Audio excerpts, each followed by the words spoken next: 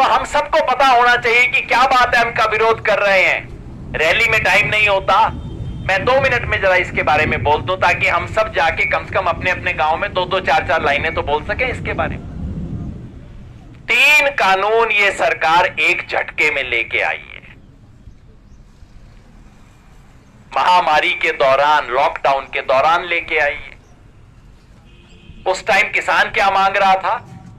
किसान कह रहा था, मेरा टमाटर का किसान, मेरा सब्जी फल का किसान कह रहा था, जी मंडी बंद करवा दी आपने, मेरी तो फसल ही बर्बाद हो गई, मेरे को थोड़ा हर्जाना दे दो। किसान कह रहा था जी कि दुनिया भर में डीजल का प्राइस, डीजल का दाम कम हो रहा है, ये हमारे देश में डीजल का दाम बढ़ रहा है, थोड़ा डीजल का दाम ही ठीक लगा दो, पेट्रोल का जो करना है कर लो, मेरा डीजल तो ठीक कर दो, मेरे को खेत में जरूरत है डीजल की। किसान कह रहा था कि मेरे को फसल का ठीक दाम मिल जाए, मेरी फसल में जो हर्जाना हुआ है उसका मुआवजा मिल जाए। इन्होंने कहा ना ना ना ना ना, जो तू मांग रहा है वो नहीं देंगे, तेरे को 3-3 गिफ्ट देंगे। आजकल बच्चों को बर्थडे गिफ्ट चलता है ना, कि सरकार कहती है तेरे को 3-3 गिफ्ट खाना खिलानी है। किसान कह रहे हैं जी मैंने तो मांगी ना, मैंने तो 50 साल में मांगी ना। ये हमने दुष्यंत चौटाला से भी सवाल पूछा है, भाई ये जो तू कह रहा है इतनी अच्छी चीज सरकार लेके आई है, इतना शानदार तोहफा लेके आई है, तू मेरे को बता आज तक तैने कभी मांगा था? तू मेरे को अपनी पार्टी का मैनिफेस्टो दिखा दे, कभी मैंने पहले मांगा था सरकार आज ले आई, बहुत अच्छी बात। चल तैने नहीं मांगा, तेरे पिताजी ने मांगा था और तेरे दादा ने मांगा था कभी? अरे तेरे परदादा चौधरी देवीलाल ने कभी कहा था कि ऐसे कानून आने चाहिए? भाई जिस चीज को तेरे मांगा ना, या तो तू पागल था कि तेरे को पिछले 50 साल से तेरे को पुरखों को अकल ही नहीं थी कि ऐसे कानून आने चाहिए, या आज अचानक तेरे दिमाग का बल्ब जल गया है कि भाई ये होने चाहिए कानून, या पीछे कुर्सी है जिस कुर्सी की चाबी काम कर रही है। तो जिस कानून को किसी ने मांगा नहीं, उन 3 कानूनों को बीजेपी लेके आई। क्या कानून है? लंबे लंबे नाम है कानूनों के, मैं आपको बड़ा सिंपल देसी भाषा में समझा देता हूं। पहला कानून है जिसका नाम होना चाहिए जमाखोरी खोलो कानून।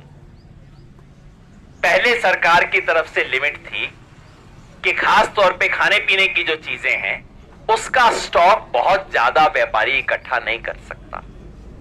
अब सरकार कहती है वो लिमिट हटा दी, जितना मर्जी स्टॉक बनाओ। वो क्यों? आप पंजाब में कभी जाके देखना, अडानी बड़े बड़े बना रहा है जिसको साइलो बोलते हैं। वो हमारे जैसे गोदाम नहीं है, हमारे बड़े बड़े गोदाम के 100 गुना बड़ा गोदाम है वो अडानी बना रहा है, पंजाब के अंदर शुरू हो गया है। तो सरकार ने वो लिमिट हटा दी है, चाहे जितना मर्जी गेहूं चावल दाल जितना मर्जी स्टॉक करो। नतीजा क्या होगा?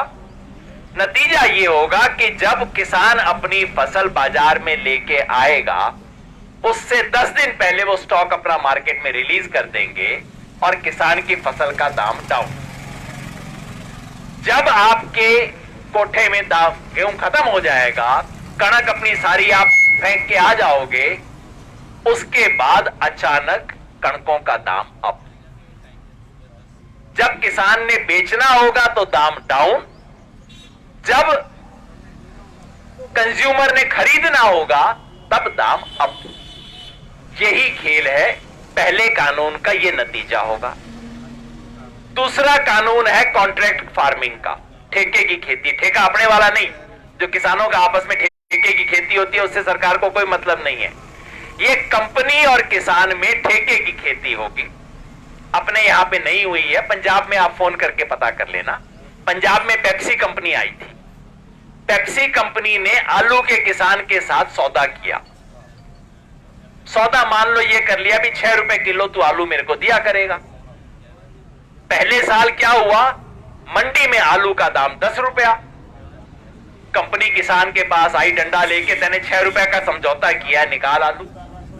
सारा डंडे से कंपनी ने खरीदा, कॉन्ट्रैक्ट हुआ, तेरे को देना पड़ेगा। अगले साल क्या हुआ, अगले साल आलू का दाम मंडी में 4 रुपया हो गया। किसान अब कंपनी के पास गया, जी हमने तो 6 रुपए का सौदा हुआ था। कंपनी ने कहा तेरे आलू का साइज ही ठीक नहीं है, और तेरा आलू तो मीठा है, माल खराब है, 4 रुपए में देना है तो दे, नहीं तो चल। मन से नहीं बता रहा हूं, फोन करके पूछ लेना आप। मैं पटियाला मानसा घूम के आया था, यही हुआ है वहां किसानों के साथ। अब आप कहोगे जी कॉन्ट्रैक्ट था, कंपनी कहेगी ले जा अपना कॉन्ट्रैक्ट कर ले। कहां जाओगे? कानून कहता है पहली अपील एसडीएम के पास। वो कोई किसान एसडीएम के पास जा सकता है? दूसरी अपील डीएम के पास। अरे डीएम का तो चपरासी बाहर रोक लेगा मेरे को, कहां जाएगा, कैसे लागू करवाएगा? किसान बंधुआ हो जाएगा।